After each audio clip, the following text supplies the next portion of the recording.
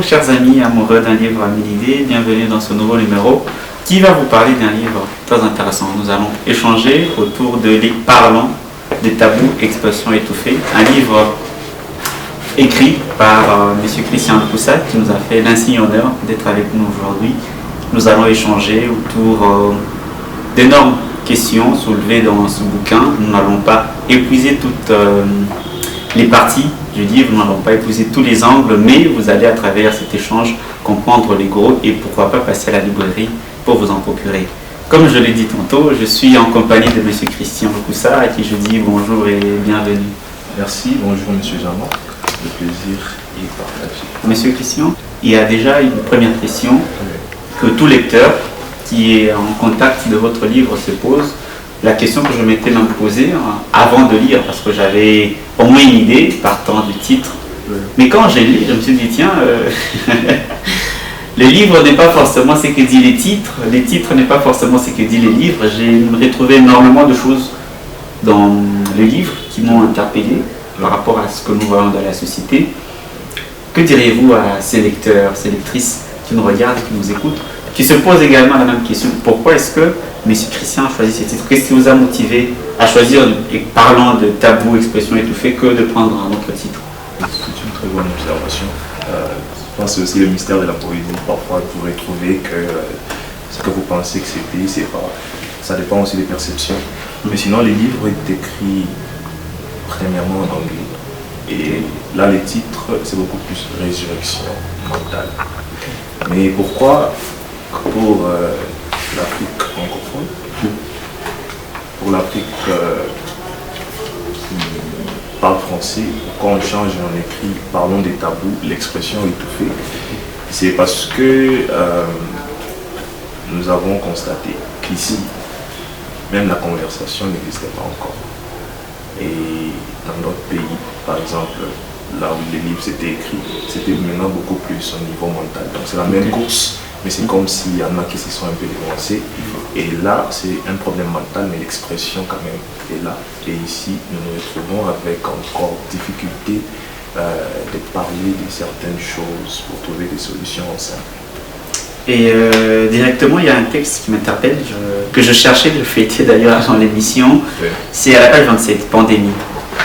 Je suis sûr, en tout cas, j'estime que vous nous parlez un peu de Covid-19 et de tout ce qui est arrivé avec cette pandémie. J'espère que vous, en tant qu'écrivain, en tant que poète, comment est-ce que vous avez vécu ces moments de Covid-19 par rapport à tout ce que vous avez vu au monde et tout ce qui est d'ailleurs décrit dans ce poème?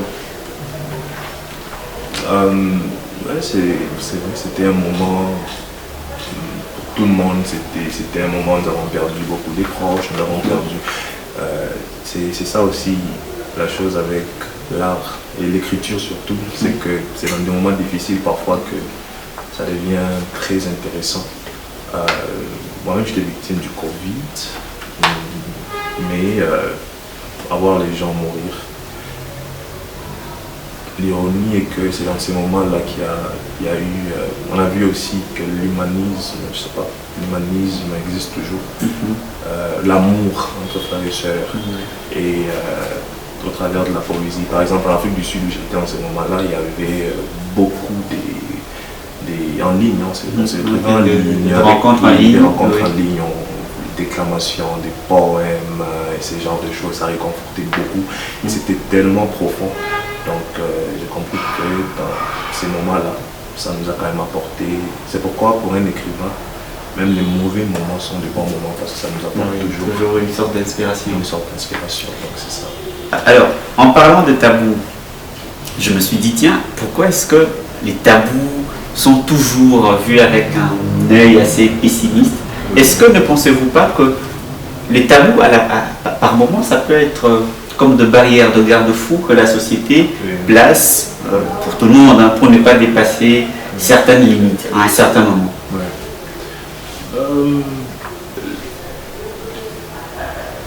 Garde-fous, c'est bien, c'est pas mal, mais nous en avons beaucoup de garde-fous. Et moi, ma question, c'est jusque-là, qu'est-ce que ces règlements et des lois que nous avons établies, qu'est-ce que ça fait de cette Afrique?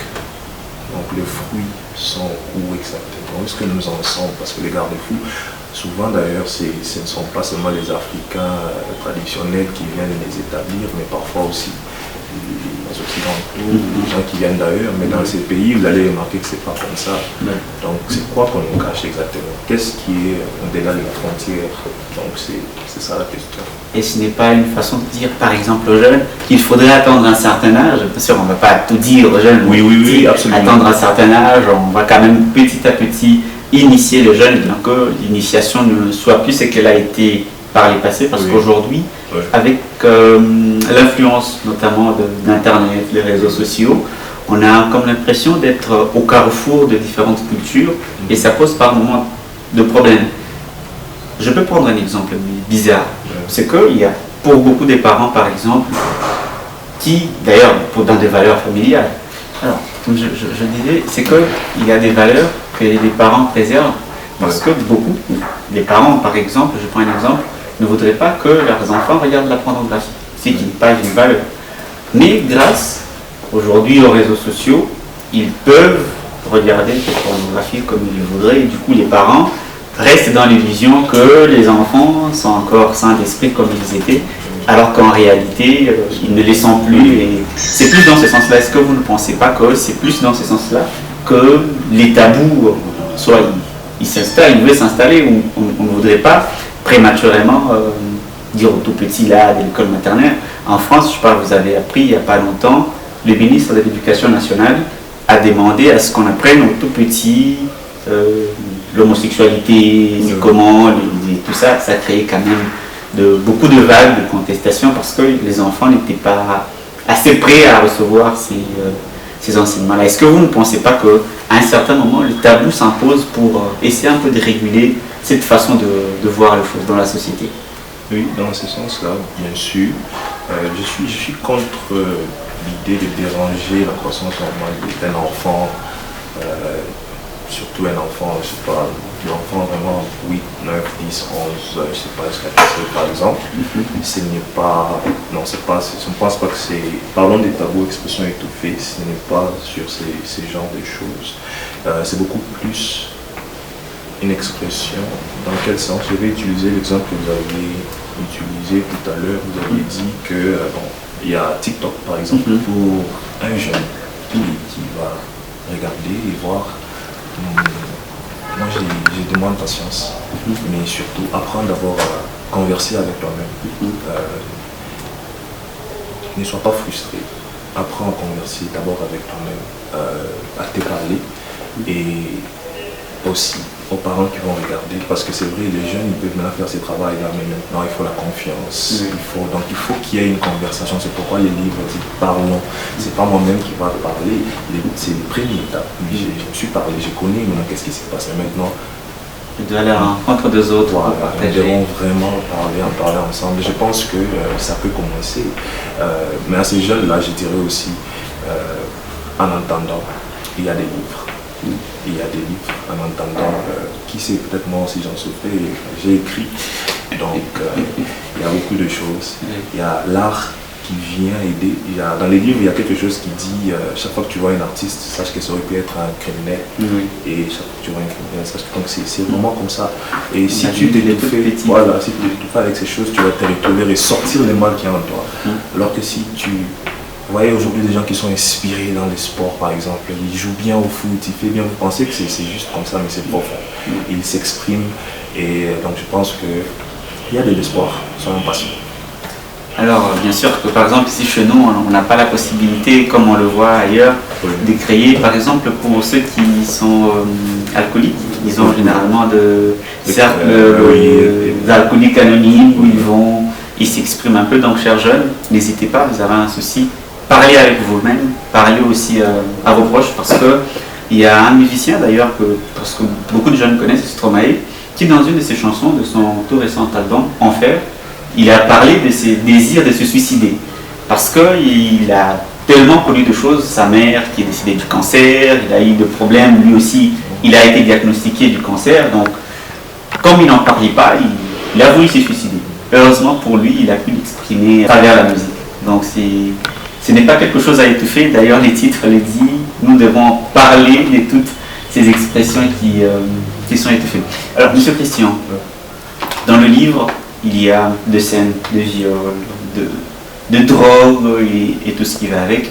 Ce sont des choses que nous voyons, même ici à Lubumbashi, de jeunes, dans certains quartiers, qui s'adonnent au chanvre, ils prennent de l'alcool, des alcools vraiment à très haute dose et qui détruisent à leur santé. Qu'est-ce que vous pouvez dire non seulement à ces jeunes, mais aussi à tous ceux qui observent ces jeunes? Parce qu'à un certain moment, on a comme une forme de rejet par rapport à ces jeunes-là. Personne ne veut s'en occuper. Personne ne va dire, bon, écoutez, on va suivre ces jeunes, les encadrer, essayer de faire quelque chose avec eux. Qu'est-ce que vous pouvez donner comme conseil, non seulement à ces jeunes-là, mais aussi à toute la société qui observe avec un œil assez indifférent ces jeunes? Je commence avec la société parce que tu es les produits de ta société. À la société, je dirais, la nature a horreur du vide. Oui. Donc, vous savez, j'ai remarqué dans d'autres pays, si aujourd'hui les jeunes ne sont pas sur la route, s'ils ne sont pas en train de fumer, ils ne sont pas en train de voler, ils sont occupés. On a créé des activités qui vont aider ces gens. Et vous voyez, quand par exemple tu quittes l'université et après tu sais que tu as un match de rugby, tu as des poésies, tu as même ici à Lubumbashi, ça se passe déjà. Nous rentrons sur ce que nous avions dit avant, criminel, artiste. Il y a des gens ici à Lubumbashi. Qu'est-ce que tu fais? Non, moi je suis occupé avec ça, je suis là, je fais ça, la musique et tout. Si c'est pas ça, tu réfléchis, tu es à la maison et tu réfléchis. Et donc à la société, ne jugeons pas parce que ça ne va rien nous arriver, mais trouvons une solution, créons des choses qui vont sortir les jeunes plutôt, ces choses, et ça va les occuper. Moi je ne pense pas qu'il faut venir dire arrête ça, et ne pas me dire quoi faire après, surtout si c'est une addiction, parce que je vais vouloir faire quelque chose. Remplaçons. Il faut remplacer cette addiction par quelque chose d'autre. Remplaçons, construisons, créons des activités qui vont attirer ces jeunes. Et à ces jeunes, ils ont une histoire. Moi, je ne veux pas qu'on puisse regarder, parce que souvent quand on se retrouve dans ces genres de choses en tant que jeune, on ne veut pas vraiment venir avec un regard supérieur, des jugements. Oui, c'est pas vraiment ça. Mais en même temps, on ne veut pas aussi vous flatter. Donc il y a toujours une décision à prendre. Donc tu dois savoir que tu n'es pas le seul, tu n'es pas le premier, tu ne seras pas le dernier. Mais tu peux prendre des décisions aujourd'hui qui peuvent changer ton parcours. Tu es l'auteur de ta destinée. C'est à toi de prendre cette décision ensemble pour une société un peu moins méchante. La vérité peut se dire, mais pas avec beaucoup de violence. Donc, le pardon. Et c'est pas trop tard.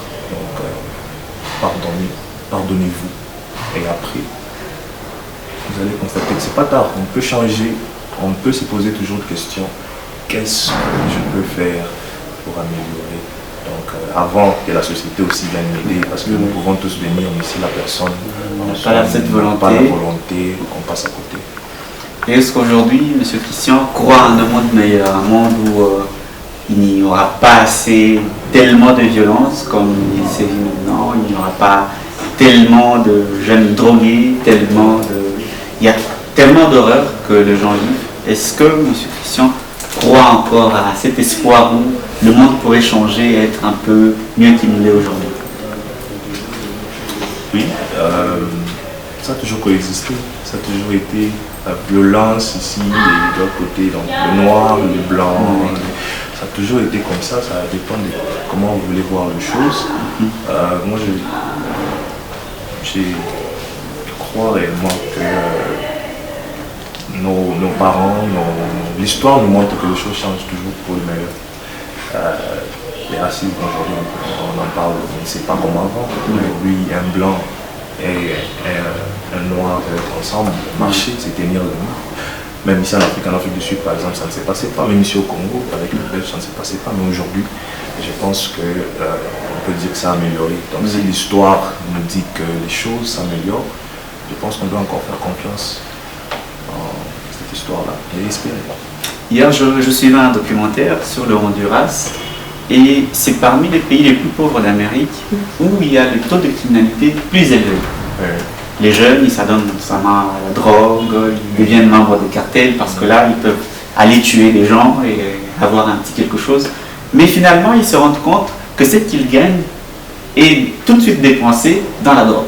Donc, c'est, on dirait, une roue qui tourne, qui ne les aide pas. Et certains d'entre eux envisagent de quitter le pays pour aller en Amérique, etc. Ça se voit aussi ici chez nous en Afrique, des jeunes qui vont faire la traversée pour aller en Europe. Parce qu'ils se disent, bon, au moins là-bas, c'est mieux. D'après ce qu'ils voient, ce qu'ils ont entendu dire sur tel ou tel autre pays. Qu'est-ce que vous diriez à ces jeunes qui aujourd'hui sont en manque d'espoir, d'avenir ici au pays et qui veulent à tout prix partir?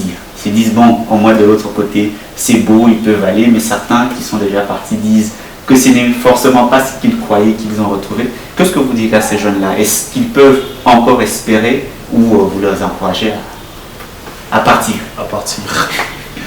Je les encourage à partir, mais pas de leur pays d'abord.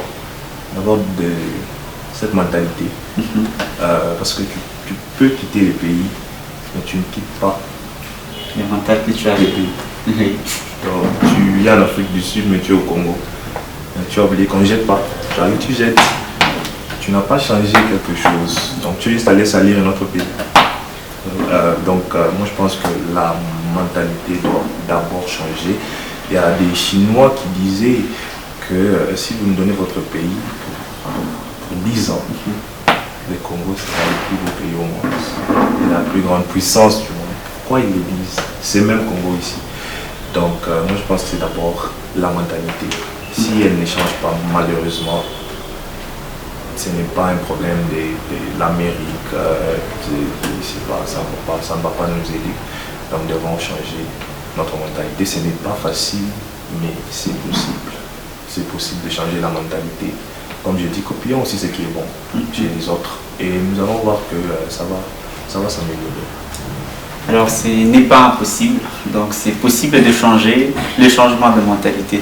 D'ailleurs à ce sujet, il y a le professeur Tatizala qui a écrit un livre très intéressant là-dessus, qui a dit « On a tout essayé dans ce pays, sauf l'homme ». Ah oui, c'est mieux de dire changement de ceci, on va émerger dans cela, mais on prend tous ces projets, on oublie une seule chose, l'homme. On se plaint, non, ce type-là a volé, on change ce type par un autre type qui viendra voler, puis on se plaint. Donc, c'est mieux de toujours changer le mental. Quitter d'abord... c'est comme si c'est vous qui avez écrit ce livre. Quitter d'abord le mental. Alors, M. Christian, dans le livre, on sent qu'il y a une très grande part que vous apportez à l'émancipation de la femme. Vous parlez notamment de ce que certaines femmes ont subi. C'est sûr qu'il y en a d'autres qui ont subi peut-être pire que ça. On peut notamment penser aux femmes à l'est de ce pays qui chaque fois sont victimes de viols, etc. Est-ce que à travers ces textes que vous avez consacrés aux femmes, c'était pour vous une façon d'encourager les femmes à s'émanciper davantage ou c'était simplement une façon de parler des faits de tous les jours que les gens en savent davantage? Très bonne question aussi. Moi je profite, c'était le mois de la femme du mois passé, donc je salue les femmes de l'Afrique, les femmes africaines, les femmes fortes, les femmes qui nous ont vraiment les femmes qui nous ont éduqués, on dit éduquer une femme c'est toute une nation. Donc en tout cas nous les aimons. Et pour répondre à la question, je trouve qu'aujourd'hui, les féminismes contemporains est un refus du féminin. Donc aujourd'hui, j'ai suivi une émission, d'ailleurs dernièrement, où vous êtes plus en train d'échanger sur ça. Nous voulons confondre les choses. On peut aimer la femme sans faire descendre l'homme, on n'a pas besoin d'être remplacé. Et là on ne parle pas de remplacement, là on peut juste ajouter des petites choses, des petits détails. Donc sur ce point, je voudrais juste qu'on puisse pas tomber dans les pièges où on donne une femme qui n'est pas une femme qui devient un homme. Parce que là, on aura besoin toujours de la femme. On sera en train de détruire les choses toujours. Parce qu'on a besoin de la femme. Donc, moi, je pense que c'est de ce côté-là, c'est ça. Mais, je rêve d'une Afrique qui appelle une femme forte, pas parce qu'elle est en train toujours de recevoir des coups, toujours de subir des choses. Voilà, il est fort, c'est pas cette force-là qui doit toujours. Nos mamans, nos grandes mères, c'est ça la force dont on parle. Mais demain, nous voulons une autre force, une force artistique, une force où elle s'exprime aussi. Parce que Dieu l'a créé pour aider l'homme, pas pour que l'homme ou la société puisse rendre un sac de frappe, par exemple, ou de boxe. Qui est exprimé à travers des mots. Il y a, bon, je ne vais pas retomber dans l'éternelle question de faut-il séparer l'écrivain et son œuvre. Ça, je laisse la question aux téléspectateurs et aux auditeurs. Mais malgré tous ces textes, toutes ces violences qui sont exprimées à travers ces abus, ou ces expressions qui sont étouffées des jeunes qui ne parlent pas, à un certain moment, il y a l'amour. Pensez-vous que l'amour puisse sauver quelqu'un? Par exemple, prenons le cas d'un jeune qui a de l'addiction, par exemple, à la drogue ou à l'alcool. Est-ce que s'il y a quelqu'un qui tombe amoureux ou amoureuse de cette personne, est-ce que cet amour-là peut sauver cette personne de son addiction? Merci pour la question. C'est une bonne question. Encore, toutes les questions sont bonnes.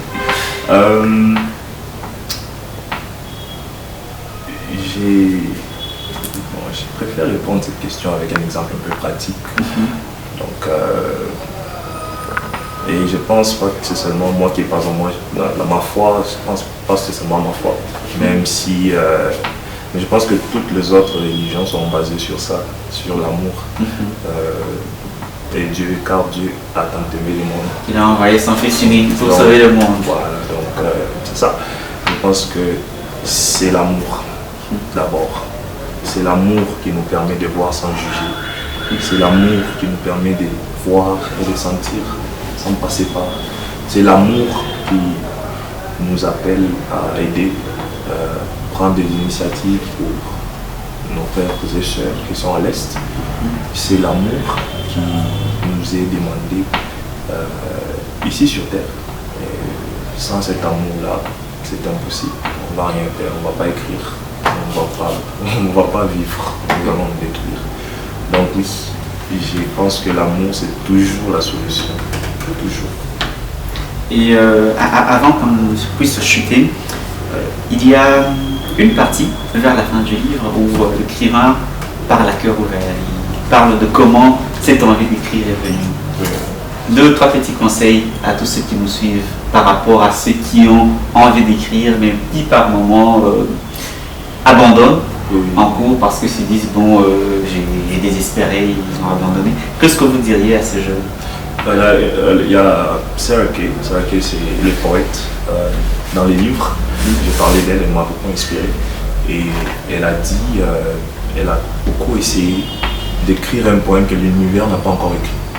Mais chaque fois qu'elle finissait, après 2 mois, 6 mois, elle va voir son poème, elle dit ah, l'univers m'a battu encore, il va encore essayer, jusqu'à ce qu'elle a compris que ce n'était pas son rôle d'écrire ce que l'univers n'a pas encore écrit. C'est son rôle d'écrire ça selon ses yeux, ce qu'elle voit et sa façon de voir les choses. Donc moi j'ai conseillé tout le monde qui écrit de ne pas d'abord se baser sur je veux que ça soit comme ça. Non, exprime-toi d'abord. Écris ce que tu veux écrire avec le faute, les erreurs. Maintiens, garde d'abord l'authenticité. Et après, tu vas commencer à améliorer comme ça. Sois patient. Beaucoup de lectures. Il faut lire les autres pour écrire. Mais garder aussi sa raison d'écrire. Alors, avant qu'on puisse prendre l'avis des lectures qui nous sera donné par un des lecteurs du livre, ce sera une expression à cœur ouvert qu'on va demander à M. Christian de faire par rapport à votre livre. qu'est-ce que vous diriez aux gens à cœur ouvert par rapport à ce que vous avez écrit, ce que vous avez observé dans la société? Oui. Qu'est-ce que vous diriez aux gens, tous ceux qui nous ont suivis par rapport à votre livre et tout ce qui se passe dans le monde aujourd'hui? Oui, deux choses. Si vous regardez l'introduction, ainsi que ici, la vision. Oui. En introduction, j'ai dit les parents qui liront les poèmes de ces livres en tireront un aperçu des luttes du XXIe siècle avec lesquelles jonglait la jeune génération. Le jeune adulte qui les liront réfléchiront, s'identifieront et s'inspireront des poèmes de ces livres. Donc la conversation, l'inspiration, mais pour finir, ici derrière, c'est écrit. Ma vision n'est pas seulement de créer une Afrique à une par un, une Afrique ayant des valeurs morales acquises par un dur travail, mais elle se base sur la conversation qui puisse exister entre père et fils, ainsi qu'avec leur descendance. Donc faisons de la conversation mentale notre mode de vie. Arrêtons d'étouffer nos expressions en les faisant passer pour des tabous. Arrêtons de souffrir du complexe d'infériorité. Conversons pour trouver des solutions et l'Afrique sera un continent fort comme tous les autres. Merci beaucoup, Monsieur Christian, d'avoir répondu à notre invitation et d'avoir partagé avec tous ces jeunes, tous ces téléspectateurs, tous ces auditeurs qui nous ont suivis, ces expressions étouffées qui ne doivent plus désormais être étouffées. Voilà. Merci, Monsieur Jean-Marc. Les questions étaient magnifiques. Ce livre, Parlons des tabous, l'expression étouffée, un livre vraiment très intéressant quand je l'ai parcouru. Un livre qui parle de la renaissance de l'Afrique, de la résurrection même de la mentalité de la jeunesse africaine. C'est vrai, il arrive des fois que nous ne savons pas nous exprimer. Alors, un grand nombre de jeunes aujourd'hui s'expriment, je dirais, par des conséquences. Voilà, si je savais, si je pouvais faire ça. Pourquoi? Parce que c'est la société qui a déserté à une mission noble, une mission d'accompagnement. Nous devons accompagner les jeunes pour qu'ils ne puissent pas se retrouver dans un village de si je savais, pour qu'ils ne puissent pas se retrouver que c'est vraiment trop tard. Et sur ce, nous devons leur permettre de s'exprimer. Nous avons cassé l'expression des jeunes, en commençant par nos familles. Et partout où nous nous retrouvons, c'est comme si un jeune n'a pas dit, parce qu'on a déjà dit. Oui, quand on oriente un jeune, il faudrait lui donner, lui fournir des raisons. Voilà pourquoi l'auteur, Lokossa, a choisi ce livre, Parlons des tabous, expression étouffée, pour au moins orienter la société africaine, à mettre en tête que la jeunesse étant l'avenir de demain a besoin de s'exprimer aujourd'hui pour rebâtir une Afrique plus forte.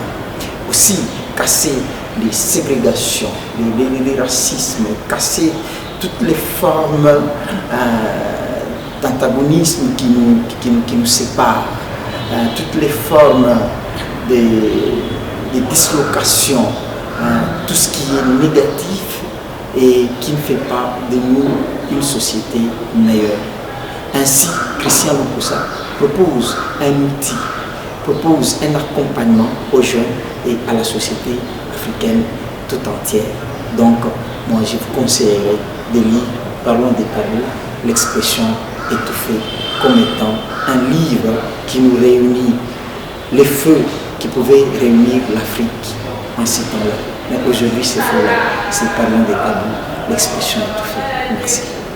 Merci à vous, très chers amis téléspectateurs, amis auditeurs. Vous avez suivi les impressions d'un des lecteurs de Parlons tabous, expression étouffée.